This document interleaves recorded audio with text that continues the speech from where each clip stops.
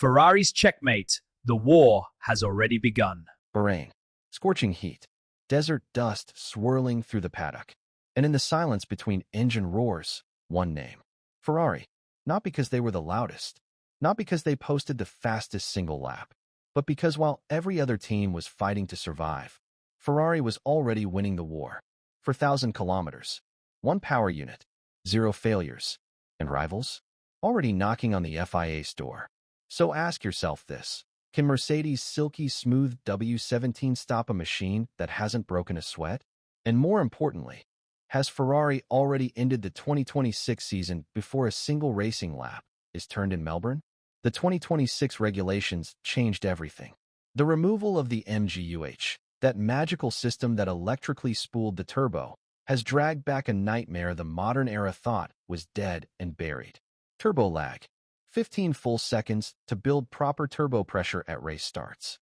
15 seconds where 4 cars sat frozen on the grid during group start practice, moving only long after the lights went out. This wasn't a minor inconvenience. This was a crisis, a complete reinvention of how Formula One cars even move from a standing start. And that was just the beginning. Because Mercedes, while posting the fastest time of the test, Kimi Antonelli clocking a 1 minute 33.669, remained a full 4 seconds slower through the corners compared to last year's pole pace. Not because of downforce alone, but because the new battery management character of 2026 is ruthless. Even at full throttle through corners, a massive portion of that power is diverted to the MGU-H to charge the battery, not the wheels. Fernando Alonso's brutal criticism, even a chef could drive this car, comes from exactly this. The car doesn't turn at the limit. Systems deliberately slow it down to harvest energy for the straights. Then there's Aston Martin. The switch to Honda and their first ever in-house gearbox has pushed them to the edge of collapse. Reports circulating in every corner of the paddock describe a car carrying a staggering 40 kilograms of excess weight, a death sentence worth nearly 1.5 seconds per lap in modern Formula One. And worse, the gearbox cannot handle the raw torque produced by the Honda unit. Run it at full power, and the gears turn to dust within laps. Lawrence Stroll is reportedly in open conflict with Honda engineers, raised voices heard outside the garage. As Alonso himself said, the problem lies in the engine and powertrain, not the chassis. But that was just the start. Because what happened next changed the political landscape of the entire 2026 era.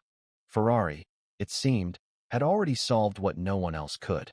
Their SF26 covered the equivalent of 16 full race distances, exactly 4,000 kilometers, with a single power unit. Not a single screw came loose. Wind tunnel data from Maranello aligned almost perfectly with real-world Bahrain track data. The correlation was frightening. But here's where the story gets darker and more political. Ferrari didn't just solve turbo lag.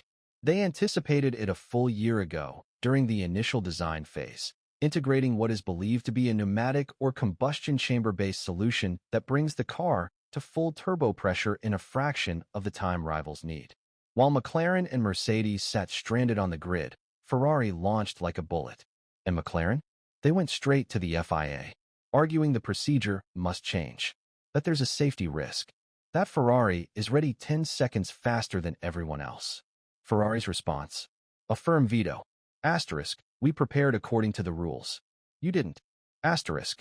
Round 1 of the 2026 political war, and Ferrari leads the paddock 1-0. The real genius, though, runs deeper than a start line trick. Ferrari's true weapon is software, where rivals lose time in corners, sacrificing pace to charge the battery. Ferrari has cracked the harvesting versus deployment balance at a level the paddock hasn't seen. Their car doesn't become sluggish while recovering energy. It flows. It breathes. And that efficiency is worth an estimated 0.3 seconds per lap in race simulations alone, an advantage rivals currently cannot touch. Lewis Hamilton's late race simulation during testing illustrated this perfectly. He was gaining roughly 4 tenths per lap over rivals in the closing phase, not through raw speed, but through surgical energy management. Power delivery smooth, controlled, strategically aggressive precisely when it needed to be. Even Mercedes-AMG Petronas insiders reportedly admitted, asterisk, we didn't expect this much. Fair. Ferrari's race pace is scary. Asterisk. And Andrea Stella of McLaren, the man who built a championship-winning car in 2025, publicly acknowledged what the paddock whispered in private. Ferrari is currently number one. Meanwhile, Red Bull arrived with raw thunder. The RB22, backed by Ford Engineering, posted a top speed of 344 kilometers per hour, leaving Mercedes and Ferrari breathless on the straights. Whispers in the paddock even suggest Mercedes is running a compression ratio that stretches legal boundaries through thermal expansion at operating temperature. But Red Bull's corner performance? Still haunted by the ghosts of previous generations. Chronic sluggishness. Traction fights at low and medium speed. Drivers wrestling the steering where Ferrari and Mercedes look composed and surgical. Laurent Meki's calm smile from the Ferrari garage says everything.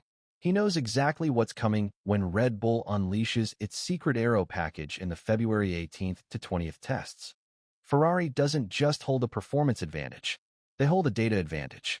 While rivals scrambled for laps, Ferrari's 4,000 kilometers of flawless race simulation data creates a learning bank that cannot be replicated before Melbourne.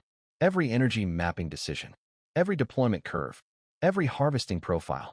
Ferrari will arrive at the first 5 races with precision others will spend months trying to reverse engineer. For Aston Martin, the consequences are existential. Adrian Newey is working day and night on aerodynamics, reportedly whispering about a B-spec car in the second half of the season. But starting 2026 with a 40-kilogram weight penalty and a fragile drivetrain means they risk being slowest on the entire grid, position 10 or worse. For Williams and Alpine, the first half of the season becomes a diet, not a performance campaign, a desperate sprint toward the weight limit. And for Red Bull, for all that straight-line thunder, the cornering weakness is a crack that Ferrari's complete package superiority will ruthlessly exploit every single Sunday. This wasn't just a test. This was a warning. Scenario 1 * Ferrari converts this data bank into a flawless Melbourne weekend. Hamilton and Leclerc lock out the front row. The paddock watches the rear wing of a red car and nothing else. The 2026 title race ends before it even begins. Scenario 2 * Red Bull's secret aero package lands in the February 18th to 20th tests and flips the narrative entirely. Verstappen combines 344 km/h straight-line brutality with surgical corner upgrades, and suddenly, the desert has a new king. Scenario 3 * the FIA intervenes. McLaren's safety argument gains traction. Ferrari's start procedure is regulated out of existence, and the paddock's carefully constructed hierarchy collapses overnight. In Formula One, no advantage is ever permanent. Can Ferrari's 4,000-kilometer data empire survive a political assault from McLaren and the FIA? Will Red Bull's hidden aero package make the RB22 a true threat, or are the corner demons too deep to exorcise? And can Aston Martin claw their way back from a 40-kilogram nightmare before the season destroys them entirely?